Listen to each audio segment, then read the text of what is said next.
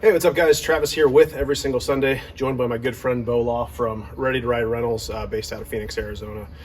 He runs a rental fleet, does tours around the country, guided tours. Dirt bike vacations. So today we are talking about a bike that he bought a few months ago that he hadn't really ridden much, but we went out on a ride this last Sunday. I brought my Gas 300 XCW TPI, and he brought a bike that, like I said, hasn't ridden much, which is a 21, something like that. KTM 150 XCW TPI. So it's a 150cc two-stroke full-size dirt bike. So today's video, we're going to discuss what we thought of that. We're both bigger guys, about 240, both about 6 foot. I'm a little taller than he is, but whatever. I'm skinnier.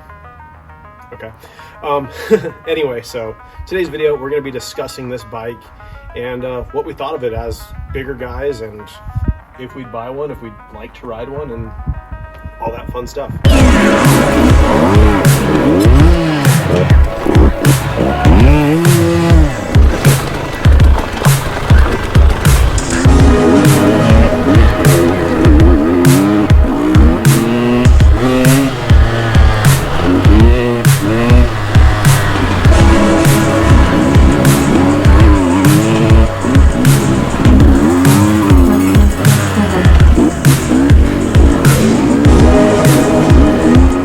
So we're going to kind of break down today's video talking about this XCW 150 TPI bike. And there was an older version up until 2019? 2020. I feel like it was the new frame. Somewhere around there. So, and they made it was a carbureted 150 XCW, and I think it was like 20 or 30 pounds lighter, actually. I heard about 20 pounds lighter. Every time I say 20 pounds, thinking I'm exaggerating, someone corrects me and says, no, it's actually 28 or 35 or 70 pounds or something. And had considerable more power. Correct. That I've heard of, at least. So if you can find one of those, they're supposed to be great bikes. I love the TPI bikes with the premix in the frame. You just add straight gas, and it's great. But if you're looking for a 150, maybe that one might be a better way to go, just with the extra power and lightweightness, if that's what you're looking for. So the video today, we're going to talk about this bike in different aspects on different types of riding. So let's talk about it first as a trail bike, not so much of a hard enduro bike, not trying to get up vertical hills that we took it on, but actually just flowy single track, open washes. That's really good. Yes. Yes. Is that all we have to say? So let's do this first. I'm gonna let you talk about it first. I want you to picture a flowy flat trail, maybe some minor downhill stuff. All right. Nothing where you really need to load the clutch up and work, but just for a flowy bike, slight downhill to flat. What do you think? That's probably one of the funnest, but I like that better than my 300 for just like ripping through everything. Like think of a 125 two-stroke, how it's just real fun to get on the pipe. 150's like that with a little more torque down low. And it's a thrill to rip it through the flowy single track. Now I'm gonna go the same way. The bike, even though the weight's very close to a 300, 450, it's in that, I should have looked the numbers up. It's going to be in the thing. I'll post it right here for you. But it's going to be within 10 or 15 pounds of a full-size bike. It's got this full-size 21 front-inch wheel. It's got the 18. It's got the KTM Explorer forks and shock and stuff on it. But as you're cruising, it feels a lot lighter. You can dip it into the corners easier, but it does need you to rev it up to go. Now, one thing I noticed, if we were coming up on something going quick and there was like a dip or a rock or something where I wanted to lift the front end, it don't. No, you have to pay attention. You have to be thinking ahead, because you can't just blip the throttle to get the front end up. You have to you got to work the bike. You got to bounce the bike, not using the motor won't do it. If you're on a 454 stroke or a 302 stroke, you can rely on the motor or the engine, sorry. You can just be cruising low RPM and give it that little blip, get the front end light and get over a small rock, small log, something like that on the trail. With the 150, you takes more RPM because there's nothing in that bottom end.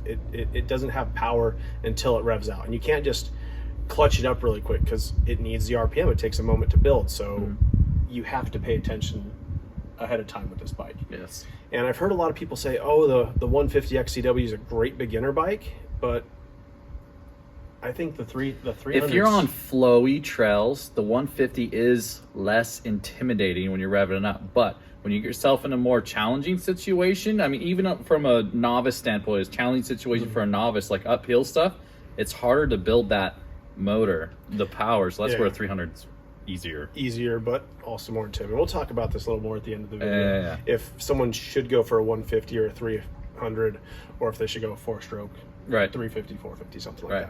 like that. So yeah, we're both in the same boat. For a fun, flowy bike, for chasing some flowy single track, the 150 is an absolute blast. It works great. You can lug it a little bit, but you're going to need to clutch it up. You're going to need to drop it down a gear if you want to take off fast. It's not going to rocket out from underneath you. And it makes you stay up on the pipe, pay a little more attention to how you ride the bike, and it's a lot of fun. So I really enjoyed the bike for this. Absolutely. Now, so we shared the bike. I was on it half the day. He was on the half. Other person was riding my 300. But you were on the front half and I was on the back half, or you mean? Well, I'm just saying we both rode the same bike, so they know. At separate times. Separate times. Oh my God, the comments for these videos are always a blast. Did you get a chance to rip it up any sand washes when you had it? I know you were on the half of the trail. Oh yeah. No, in the towards the beginning of the ride, ripping it through the sand. That's like where I have really fun. I have fun on the bike everywhere, even in uphill shit stuff.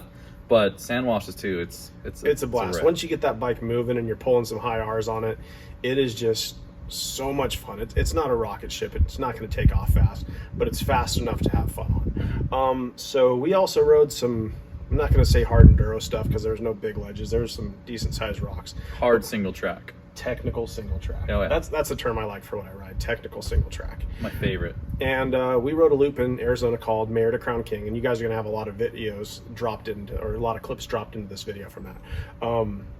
There were some very steep sections that require momentum through a hairpin. And holding the momentum through that. Yeah. And if you caught a weird bounce, you got off the throttle, the bike dipped out of the power band, you had to clutch it. Like not kick the clutch, but slip the clutch while giving some heavy RPM to get through some of these sections. Yeah, it's like if you fall out of the power band, you're done. It's almost like you want that second gear even at like 3 miles an hour, but you got to keep that RPMs up at like 7,000 RPMs just to slip that clutch to have the power to do what you want. And I felt myself like in a lot of those technical climbs, I wish I could have been in second. If I wasn't in first gear, it didn't want to go. I had to be in first gear, and even if it dipped out of the power band in first gear, it was still pretty difficult for me to get momentum to get back through the section. So for me, for the more technical hard stuff, like I said, we're both big guys. If you can't tell, you're probably watching this so you can.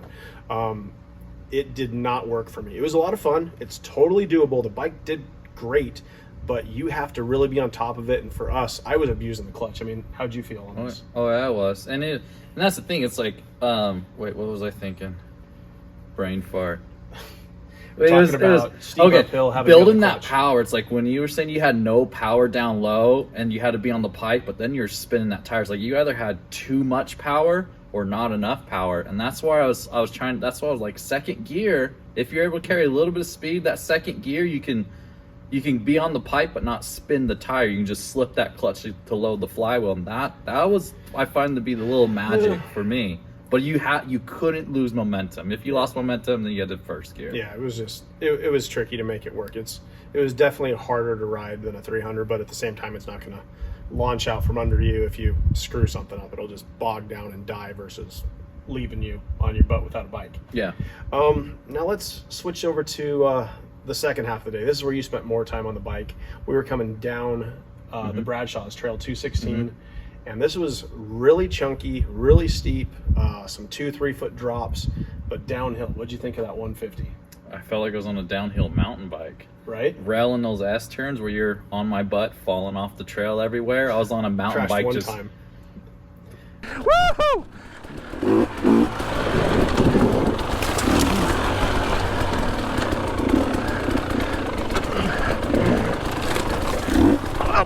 I'm down, hold on. Bo! Yo! Oh man, that was fun. Yeah. 3. So, the one time I'll put it in the video.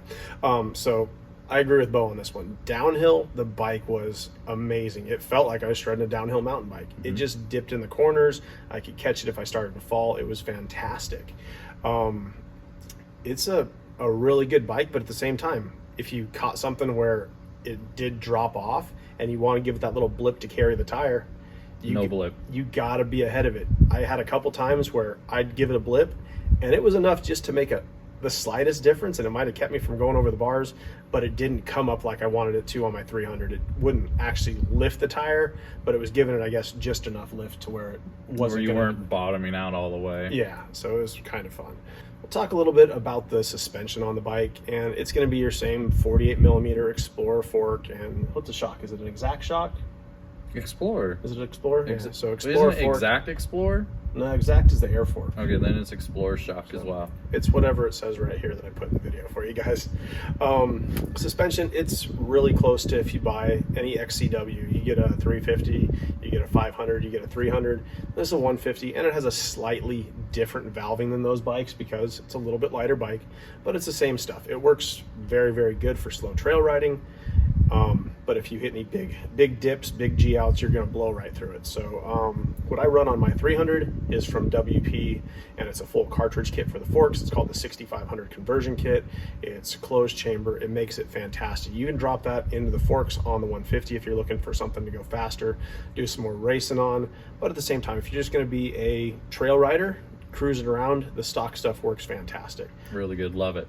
Yep, and same for the shock. You can get a bladder kit for that. You can change the springs, you can change the valving.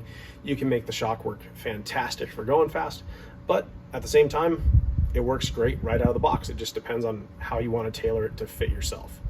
Now, as far as fitment, do you notice any difference between like a 500 EXC, a 300 XCW, or the 150? I mean, they feel all the same to me, and I think they are. They got to be all the same. Yeah, it's a very, very close frame, just different motor mounts. Because the motor's a little bit different shape. Right. Gonna be the same neck and handlebars, gonna be the same PDS suspension, no link suspension. PDS meaning there's no link in the back, so it's great for getting over rocks and logs, a little bit more clearance. Mm-hmm. Yeah, same seat, same bike size. It's not gonna be any shorter. It's just a fun full-size motorcycle with a little bit different engine, and it's neat to see them go from the 125 up to the 150. A little bit more torque there, a little bit better for the actual enduro rider, and it's just a fun bike. Mm-hmm. It's right. What do they say? Riding a slow bike fast versus a fast bike slow. It's fun. It is. It's like you put all your skill level into that bike to make that work, and it's a thrill. That's a good thing to touch on right there. I mean, if you guys have been on a 450, they're scary. You don't want to grab a handful of throttle. The whole time you're kind of tiptoeing around, being careful that it's going to bite you. But on a 150, you can grab that handful of throttle, drop the clutch, rev it up, whatever you want to do, and it's going to be fun. You can get ahead of it, and it makes you feel more confident as a rider. So it's going to make you progress. You're going to learn how to get more out of the bike, and at the end of the day, it's going to help you. It teaches you to ride more aggressive too, which I think is great, because then you can transfer that over to the 300 bikes or bigger bikes. Is how to ride aggressive. Yeah, so it's a lot of fun. We didn't take it to the motocross track because I'm not into that, and I don't think you are either. You get hurt on those. Yeah, we rode single track, we rode some technical trails, and we just had a great time on it. Fuel mileage was awesome also. I mean, it was the same as the big bikes. Yeah.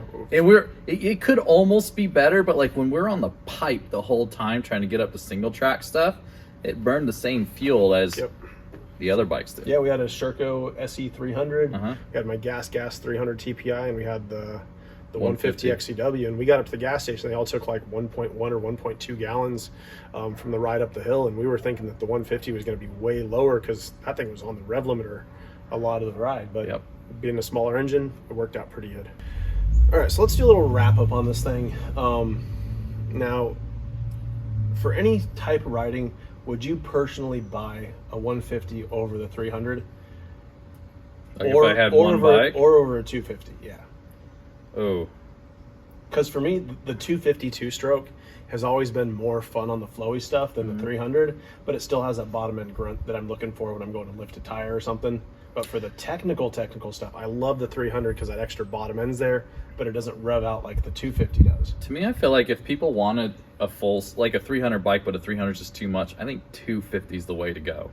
Because it's like if you're a really novice rider, sure, the 150's, less intimidating or whatever. But it's like if you're getting just past that beginner and you want a good trail bike that has power, but not too much, like 250 is the way to go. That's a 250 two-stroke, by the way. Two-stroke. Yeah, because you really, when you start getting in the 150, like if you're thinking in terms of an easier bike to ride, I don't think the 150 is easier to ride through technical stuff. I think it's you got to have more skill to make that bike work. Yep. Now, I'm not saying it's not fun. I had a blast on it. It's fun to ride, but if you're thinking it's an easier alternative, I don't think it's easier to ride because it's so down on power. And I'm in the same boat. If you're learning motorcycles, it's going to be great because it's not going to throw you off the back, and you have room to progress on there. Same thing if you're a light rider. Like I said, we're both big guys, about 240 pounds. If you're small, lanky, tall, whatever, you can touch on a full-size bike, but say you're 5'8", tall, maybe 100, 120 pounds, thing would be a rocket ship. It'd be a blast being half our size on that bike, being able to throw the bike around because it's so light in and out of the corners, and be able to lift it, maneuver it, and just have a great time. But when you start getting to be a bigger guy like us, yeah, it's a ton of fun, but it's a lot more work than having a bike that's going to have the power there to fall back on. We're not going to be able to rely on it to lift the tire, to blip it, to do all these things that we can do on our 300s, a 250, or like a 450 4-stroke. It's not there. But all in all, I love it. I mean, I have more bikes than fingers. I think I got 7 in the garage right now. But I don't know where that 150 would fall for me. I think it's just if you have spare cash to throw around, you want a different bike for the day. It's a very unique. You got to ride it different than all your other bikes. You have to ride it different than any of your other bikes, and that's what makes it fun. And there's a spot where it shines, like coming down 216. Oh yeah. I was on my 300 and it was a blast, but I really wanted to try the 150 through those really, really technical downhills, because I feel like I could have probably thrown it around a little bit more. I mean, did you have a blast on there? A phenomenal time. But versus a 300, what do you think?